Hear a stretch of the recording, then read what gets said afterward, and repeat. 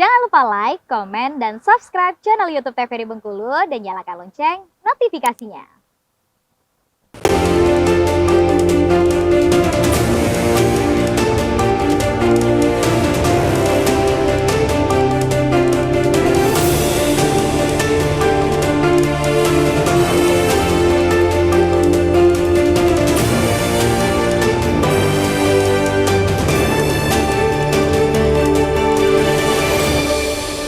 Terima kasih pemirsa TVRI Bengkulu, Anda kembali menyaksikan program acara Berendo masih dalam tema yang sama berkaitan dengan pemetaan alat peraga kampanye.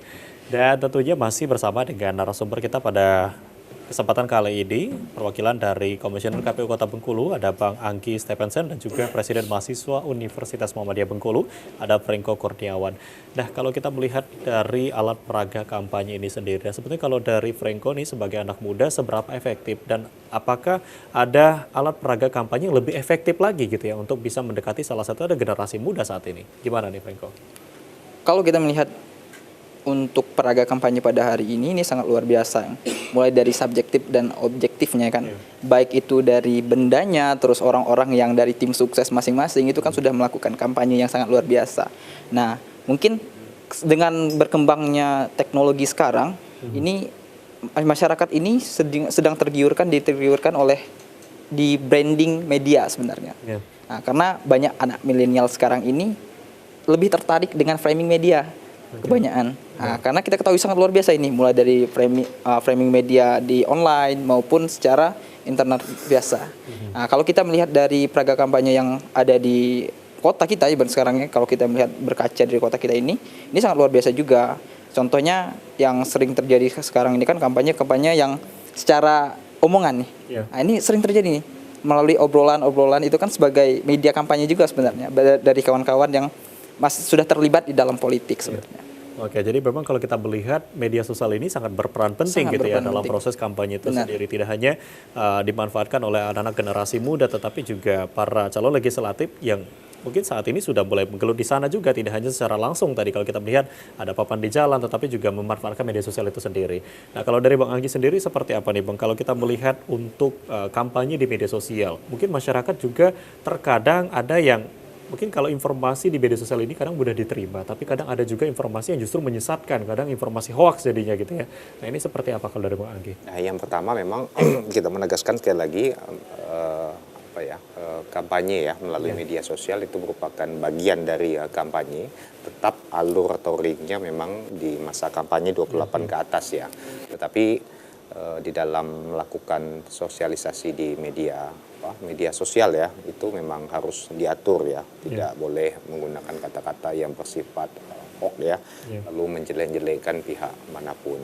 Lalu yang terpenting adalah kami berharap pemilih di Kota Bengkulu khususnya itu memang seperti kata Dinda Frengko tadi, tidak mudah langsung percaya ya sebelum kita mendapatkan afirmasi kebenaran dari satu informasi.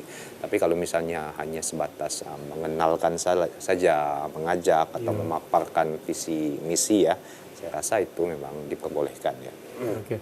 Nah, kalau untuk masyarakat sendiri mungkin agar tidak termakan oleh informasi hoax ataupun mungkin kalau saat ini masih menjadi satu hal yang yang masih terus ada dalam setiap penyelenggaraan pemilu adalah isu identitas gitu ya, atau politik identitas. Nah, ini masih menjadi salah satu permasalahan yang memang belum bisa mungkin salah satu menjadi solusi juga untuk bisa selesaikan. Ini seperti apa Bang Anggi?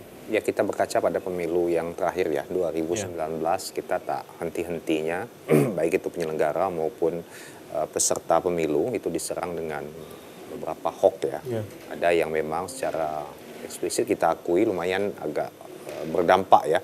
Informasi yang diberikan lalu bisa langsung dipercaya sampai ke jajaran kita tingkat bawah. Padahal sesungguhnya ketika kita cross check informasi itu tidak bisa dipertanggungjawabkan. Sekali lagi kita saling menguatkan baik itu internal kami beserta jajaran maupun masyarakat khususnya adik-adik mahasiswa ya.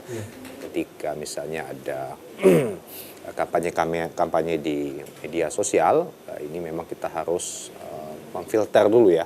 Jangan langsung di-share atau langsung dipercaya, di-like, tetapi memang harus ada semacam proses afirmasi ya, cek kebenaran atau cek fakta.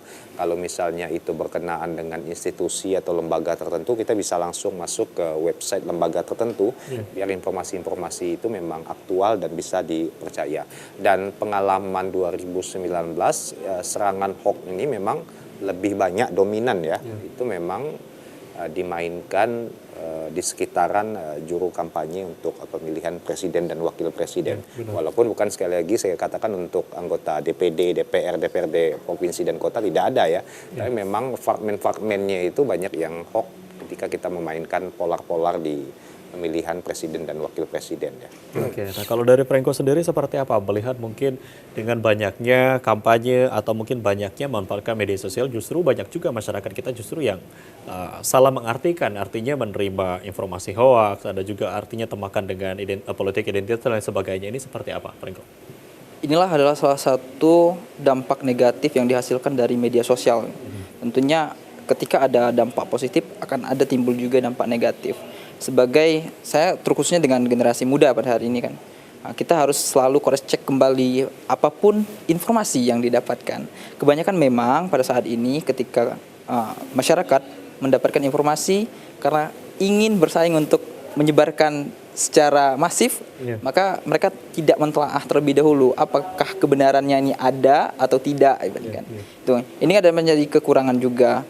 Dan juga kalau untuk mengenai yang disampaikan oleh Bang Anggi tadi sangat benar sekali, bahwasanya memang untuk proses media ini belum belum dampak negatifnya ini sangat luar biasa, tapi sampai saat ini proses hoax ini untuk pengurangannya belum masif dibandingkan. Karena memang tidak ada yang bisa mengatur tentang media ini, karena framing media ini sangat luar biasa. Karena kalau kita melihat satu hari ini saja ibaratnya kan, untuk menyebarkan berita itu sudah bisa mencakup seluruh dunia ini kan. Satu berita ini kalau sebelum pengenalan media massa dulu kan ibaratnya prosesnya panjang kan. Bisa ketika di-cross check kembali kalau memang kebenarannya itu kurang akan dipangkas ibaratnya kan, akan di-cut-kan oleh orang-orang yang benar-benar mentelaah itu. Tapi kalau pada saat ini siapa yang akan bisa menghentikan itu kan?